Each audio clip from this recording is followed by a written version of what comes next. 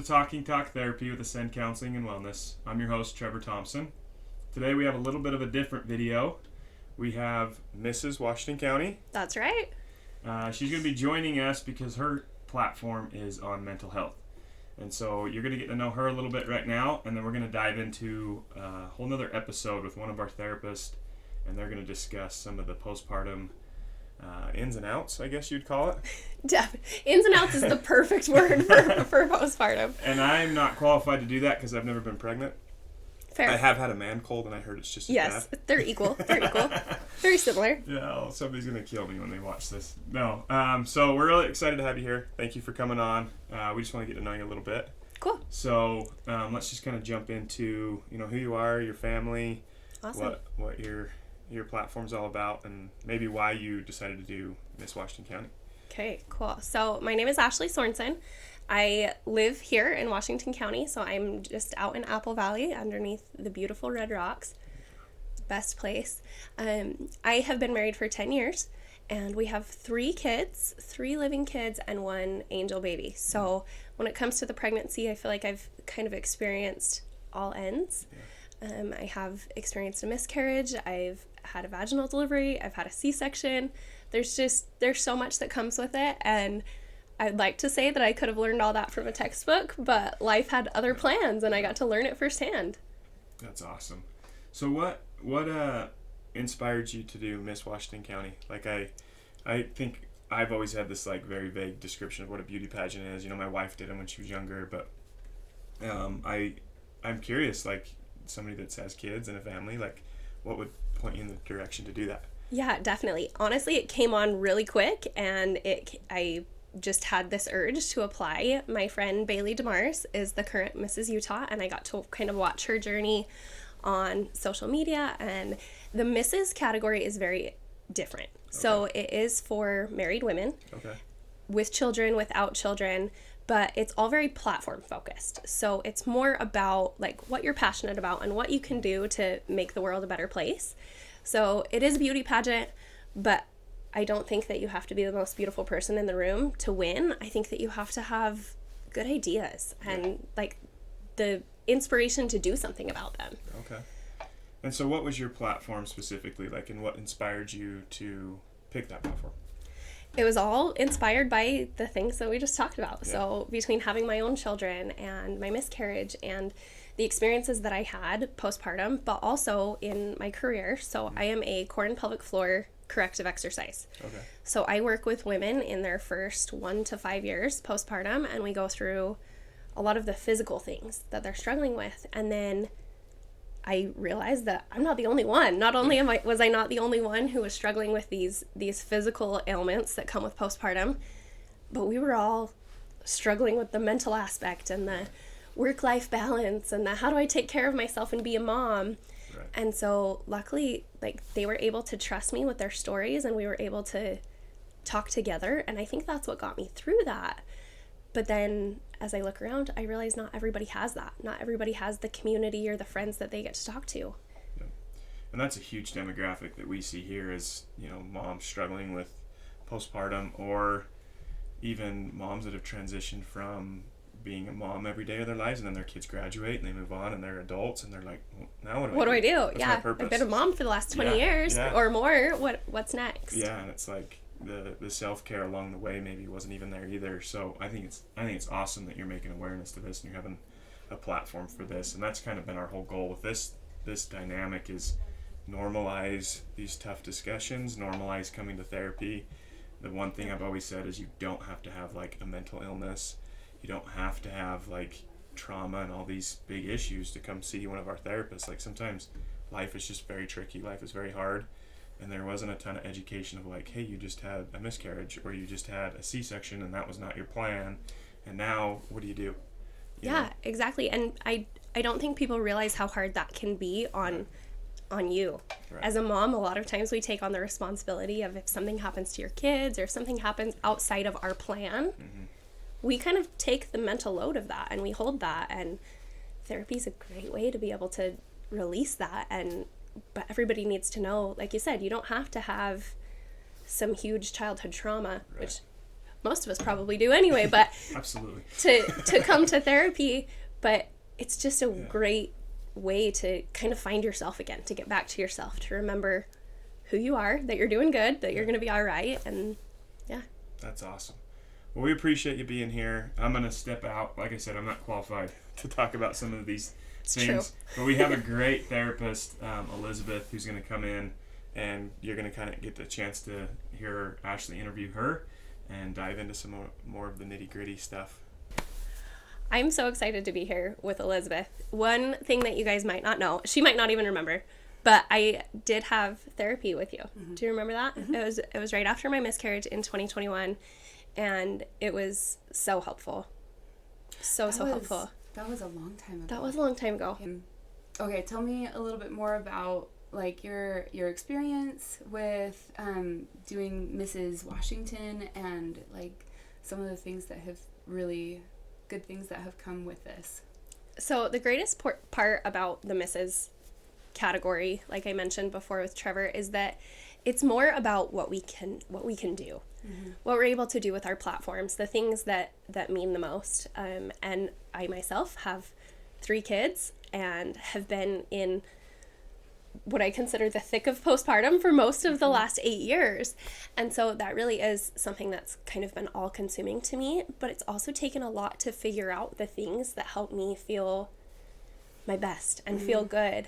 And therapy has been one of the things that was a key role in that, in getting me from the times that have been up and down and getting me out of that, and to the point where I feel like, yeah, as a woman who's married and has 3 kids, that this is something that I can take on because it's something that I'm passionate about, and it's something that I think will help a lot of people. I think so too. And I think postpartum is one of those things that tends to get overlooked, especially like with things like a miscarriage, or it's such a huge life change. Anything regarding pregnancy or motherhood, they're huge life changes, and they happen in the home. And so, you know, a lot of times I feel like they get overlooked. One of the things I see most with moms who, especially brand new moms, like moms who have had multiple children, they tend to know what that postpartum is like, and they kind of know what to look out for. But sometimes with brand new moms, like it's their first pregnancy, their first baby, they have no idea what is coming down the pipeline with that. And it's such a huge life change, because you go from being out and about in society, maybe having a job, going to school, some of those things, and then all of a sudden you have a total life change. You have this little baby who is depending on everything, and sometimes they tend to lose themselves. Absolutely. Yeah. And it's something that has been maybe taboo to talk about between the generations. I remember my grandmother, I mentioned to her what I was doing and kind of talked about it, and she said, "Oh, we didn't have postpartum depression back in the day." And I laughed and I said, "Yes, you did." And she said, "No, I mean we did. We just never talked about it." And that, you know, it kind of made me laugh. I was like, "Yes, Grandma, she's 86. She's amazing." But she definitely went through it. Yeah. And she remembers going through it, but it made me laugh the way she said, "We didn't have that back in the day." Yeah. It's because they didn't talk about it. And so a lot of times that's, you know, we try to teach our kids everything they're going to need to know, but sometimes we do leave out the hard things. Mm-hmm. And I think that's really important as our kids have kids, and as our friends have kids, and that we just talk about the things that are going to come up. Yeah, I think so too. You know, even my mom did that too. So I have one son. I had really, really bad postpartum for a few years after that. I think at that point it was just spanning into regular depression. But I remember asking my mom if she had postpartum ever, and she said, "Yeah, I think there were a few weeks where I felt pretty down." Come to find out years after that she had really, really struggled with postpartum, and had gotten, you know, she had been in some pretty dark places with it. But even, you know, that was it was 10 years ago, because my kid's 10. Yeah. But, you know, even 10 years ago, she wasn't comfortable talking about it with me as I was going through it. And so I think bringing awareness to it is a really important thing to do right now. Yeah, definitely. And how wonderful would it be? Part of my platform is to just bring these resources all around. So how wonderful would it be if when you have your baby before you're discharged, that this is something that's talked about, not just a paper in a packet, because thankfully they have those, but as someone with a 2-day-old baby, I'm not reading a packet. I'm worried about a lot of other things. And so that this is something that's talked about, and maybe that it's talked about with our husbands or the support person that's there with you, that, hey, these are some things to look out for, and this is what to do if you find it. And maybe you should try therapy. This is when we need therapy. So big question. Are you ready for this? Yeah. What would you say is like an indicator of this is too much, I need help? Oh, this is too much, I need help. I think it starts slowly. So there's not like really an aha moment with it. But if all of a sudden you find yourself and you're like not even wanting to take care of yourself in any way, shape, or form, that's a huge indicator that you're past the stage of needing help and you need to go talk to somebody. And I think it's good for people to talk to somebody, even like in any life change, right? I love that. Yeah. Kind of preparing for it ahead of time. Even if it's just short term, like that's fine. You know, if it's having another baby, if it's moving to a new city, like it never hurts to just go talk through some of the frustrations that you're dealing with. And, you know, if you know that, I mean, pregnancy, you know, there's a deadline on that, and so you have a plan for, okay, I'm gonna have my baby, and then I'm gonna set up a few appointments and just talk through some of the things I need to look out for.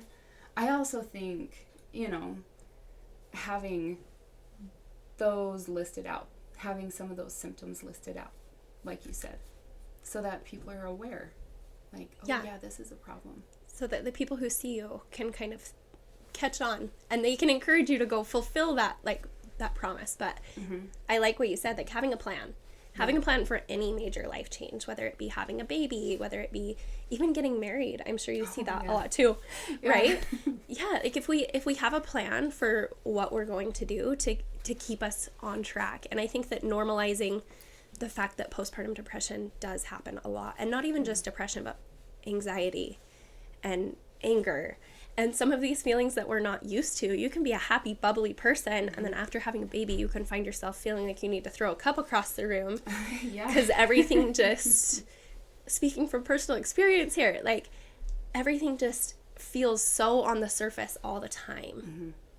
And if we're talking to our friends and our sisters and if everybody's kind of sharing this, I think people will know a little bit more of what to look for, and they can seek therapy before things start to become life-altering. Yeah.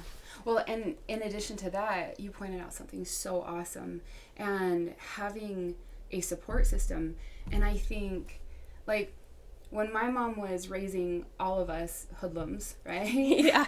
She would get together with the neighborhood ladies, and they would all work on a quilt together. Like, she had a support system where she could talk about things. I don't know if they talked about anything like this particularly, but like they would talk. They would be there for each other. And having a support system like that is really important, because when you are going through such a big change, your body's changing, your life is changing, your family's changing. You need some anchors of stability in there, and sometimes it is our sisters and sometimes it is our neighbors and friends. So identifying who those people are, that should be part of the plan too. Yeah, and I just wanted to point out a couple resources that I found for myself, and also that I've heard about, that create that community. Sometimes I know here locally there are a lot of people who don't have family around. There are a lot of people who just moved here and are having their first baby and things. And so there are mom groups on Facebook. There are like different, Marco Polo is one of my favorite tools because I have friends that live all over the state, but I still feel like I talk to them all the time. We're able to talk because we can see each other face to face. And then there's also like just different community events. And if you are feeling alone and you are at a park, or if you're sitting watching your kids at gymnastics or whatever it is, I guarantee there's also another mom there who's probably feeling alone too. Yeah. And just a simple like, hi, which one's yours, right? Like just starting those conversations, although it can take a minute to build up the courage and the confidence to do that, that's what's going to help us build these communities. And once we have that community, I think we can really help each other through a lot of these things. And you can be the friend that says, hey, there's a really great therapist in town that you should go talk to. Because if we can normalize it, and if we can realize we're all in this together, we all need help.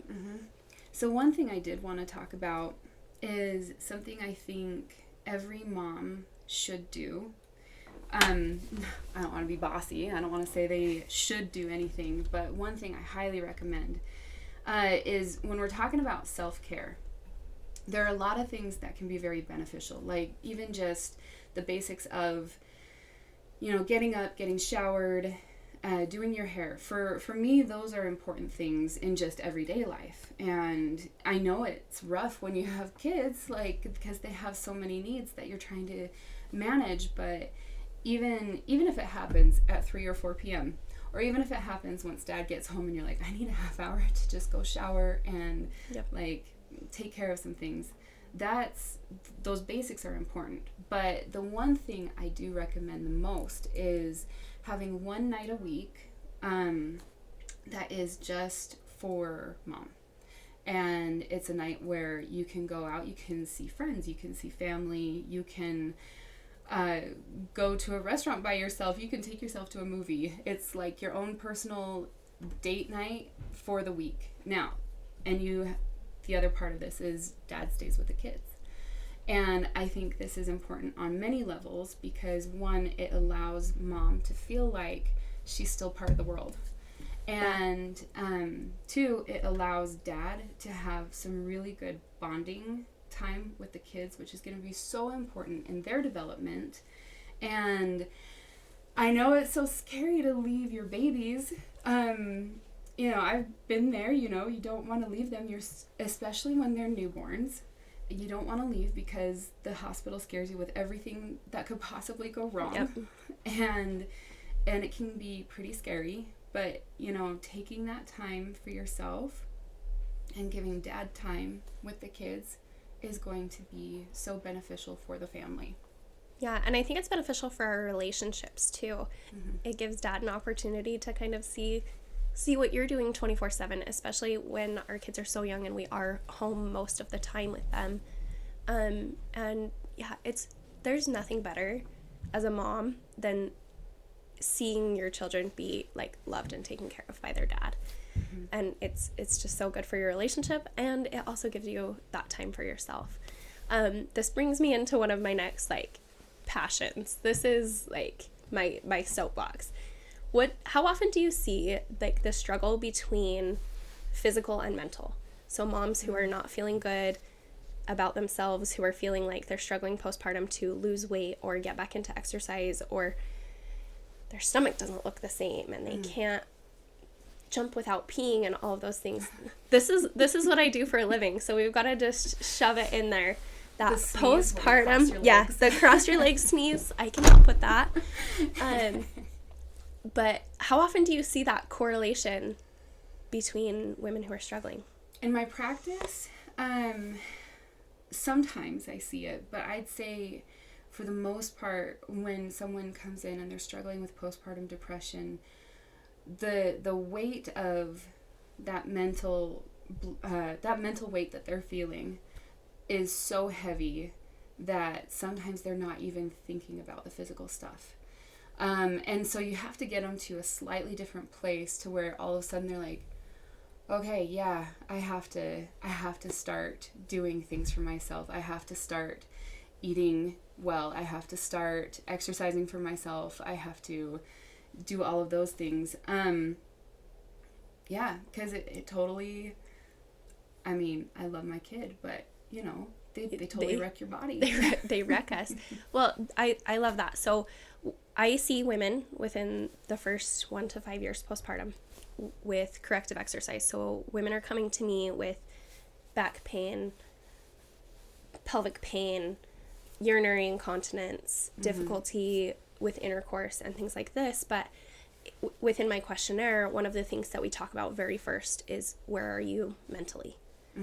Because like you said, when they're this low, they can't, if we can't shower, if we can't take that one night a week, if we can't do those things that are going to be basic self-care, it's going to be really difficult trying to jump into an exercise routine or jump into some of those things that take more time, that take more discipline when we're really struggling with the basics. And so that's an important part of my practice, is being sure that before I'm seeing them weekly, that they know where they're at mentally and emotionally, that they're able to get that taken care of first, so that we can really make progress on the physical things. And sometimes, like, we have these big goals, and it's right around the new year, so everyone's thinking about goals. But especially, you know, for moms, we're thinking about all of these things that we want to do better at. But sometimes, you know, we have to look at it as, okay, what am I able to do right now? I mean, as of right now, I would love to be able to, like, hike Everest. Well, maybe not, that sounds cool. But I would love to do somewhere warm. I would love to do these amazing physical challenges. But, you know, as of right now, I would not be able to start by, okay, I'm going to scale this mountain today. I'd have to start with, okay, I can't scale a mountain. I might die if I try to do that. So today, what I'm going to do is I'm going to go for a walk around the neighborhood. And no, we're not climbing a mountain that day. But, I mean, we're not even anywhere close to being ready for it anyway. So I think that's an important takeaway, especially as we go into the new year and everybody's like, oh, I'm going to lose 50 pounds, or like all these huge, I'm going to climb Everest, I'm going to work out every single day. We kind of have to take it step by step. And Elizabeth and I are the building blocks of getting those things up, because first we need to make sure that you're mentally ready and able to commit to doing something every day in the first place, that you're taking care of yourself on those basic needs, and that your mind is right, and then we can start to begin to make sure that you're physically able, you're not going to get injured. And then you can start with one day a week, a walk around the neighborhood, and just kind of building up. If you go all out, you're going to die if you climb Everest today, right? Like, literally die. Well, you might get injured if you jump into, like, the heaviest weight training possible. Like, there's going to be consequences if we don't take these things one step at a time. And also, like, mental consequences. There's nothing more discouraging than trying to do something really, really hard and failing because we didn't kind of create those building blocks. So I really like that takeaway. There you go. Your first New Year's goal needs to be start with therapy. and then work your way up to Everest. And if you're weightlifting, start with 10-pound weights. Don't start with 100. Start slow. Yeah, start slow. Okay, so we've kind of talked about these already, but 3 things that every mother should implement for self-care. That one night a week. The one night a week. That's one night a week. That's my main one. Other than that, I think, we did kind of talk about this. For self-care, definitely the one night a week.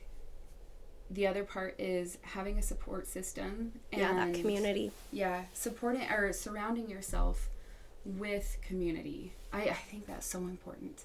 And then number 3, I think, would be that other part of building up the other parts of self-care as you can, incrementally. As building blocks. Yep, as building blocks. So that's perfect. Just throwing this out there, if you don't have a community and you need a community, come find me on social media. Yeah. I've got you. I'll find you friends in your neighborhood even. Like we can do this. We've all got to work together. Yeah, and you know what? Community is so incredibly important. And we live in such a weird age where people are pretty nihilistic. Like, you just go into any comment section on any social media and they're like, I hate people. Community is so important. We are social creatures, and having that community helps us through so much. And when I moved here 7 years ago, That was really hard because I didn't know anyone down here. And I hated Southern Utah for quite a while until I was able to find a community and kind of cultivate those relationships. And then once I was able to do that, this became my home. Even when I had, like, the home that I grew up in, I had been there all my life. And I still love it. I love visiting. But this is my home now. Yeah. We need those people. And I think that as we support each other, I believe that if there's one thing that is going to make a dent in how often postpartum depression or postpartum mental health disorders come up, it's going to be that community. It's going to be sharing our experiences and letting everybody know that you're normal. You're normal if you're feeling this, but there is help. Yeah, there is help. That's the interesting part about depression, even postpartum depression and regular depression. It kind of isolates you from the one thing that's going to help. Something about it makes you feel like no one wants you, like you don't want to be around anybody, and it isolates you. But really, the thing that is going to help the most is being with people. And I think that community in all parts of life is so important, but especially for moms. Yeah, definitely. My postpartum was the most difficult for me after my miscarriage. And that's when I was able to seek therapy and had a few sessions with Elizabeth.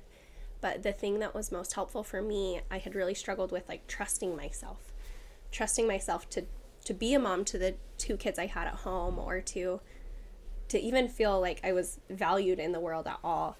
But doing just that, getting back into the world and showing that I did have value in other ways, and that I was still a whole person, even though I felt like a really, really large part of me was missing. Yeah. And that was really helpful for me at that time. Yeah. And let's talk about miscarriages real quick, because this is a subject that's pretty near and dear to my heart. Miscarriages happen so quietly. There's no funeral. There's, like, sometimes people don't even know that you were pregnant. Yeah. And it's really hard, because for a mom who has all of these hopes and is so excited about this pregnancy, she is mourning the loss of a person. She, not just this little baby. She's mourning the loss of all of those dreams that she had. But she's having to do it almost completely alone, because no one can see it. Yeah. No one is quite there. And so you are, in addition to depression, you're also grieving, and you're doing it alone, which is so hard. Yeah. And from the second you have a positive pregnancy test, you're not just picturing the next 9 months. You're not just picturing the little baby. You're picturing the next 50, 60 years with another child, like another human as part of your family. And that happens almost instantly. Mm-hmm. We start to have those hopes and those dreams and that vision and that motherly love. Whether you miscarry early, whether you miscarry late term, like, those things are just so real and so heavy. It's not just a baby. It's not just a miscarriage. And that's sometimes swept under the rug. And I think a lot of times dads are really struggling too. Mm-hmm. And they're not going through the physical side of it. And so sometimes it's really hard for them to say, like, okay, how can I help her? How can I grieve at the same time? And like we talked about with postpartum, I think with miscarriage, there is no point of, oh, should I get therapy? I think it's a definite. If you were going through this, I think you absolutely should receive therapy. Least, just having someone to talk to. Yeah. So that you feel a little less alone in it. Yeah, absolutely. And it was so helpful for me, and gave me the courage to try again, to get pregnant with my third, and to go back to work and to do all of those things that felt like they were absolutely impossible at that time. And so it was really helpful. My last question would Okay. be how can we just better support you? Like, how can we bring people here? What would you say Like to therapy in general? to therapy in general? And I mean, Elizabeth is amazing, so Elizabeth specifically should always have a wait list. But yeah, Thank you. to therapy in general. I think this is doing it. Yeah. Bringing, it's kind of the same thing, bringing awareness to it. People think so much that I am, like, they're going to sit down with a therapist and the therapist is going to tell them that they're crazy. And honestly, that has not really happened in my experience. Yeah. You know, we all have difficulties. We all have like our own weird quirks too, and we all go through really, really hard times. And I think just reducing that stigma of, oh, if I go see a therapist, they're gonna analyze me, they're gonna tell me I'm crazy. That's honestly not what we're doing the majority of the time. There might be like 1% in there where we're like, okay, let's get some more help. But that's essential in, even if you are that one person, that's essential in getting you back to living a full life and to being the best version of you. Yeah, absolutely. Because I think everyone deserves to be able to lead a life that they love, a life that they find beautiful. But sometimes we just get so kind of trapped in our own minds. And sometimes you just need a person on the outside helping you navigate around those walls that we've built up ourselves. So, Yeah, that's great. I love it.